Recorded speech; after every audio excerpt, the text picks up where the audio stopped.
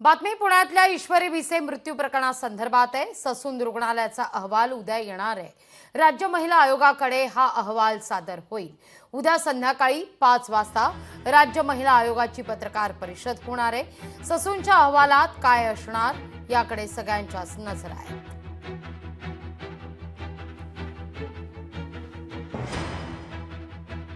आतापर्यंत ज्या गोष्टी घडल्यात आणि शासनाने जी मदत केली त्यात मी समाधानी आहे।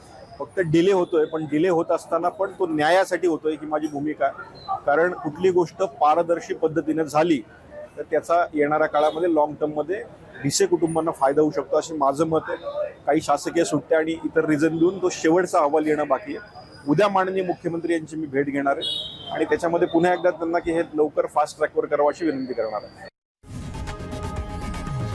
लोकशाही मराठी ऐका, पहा, जागरूक रहा।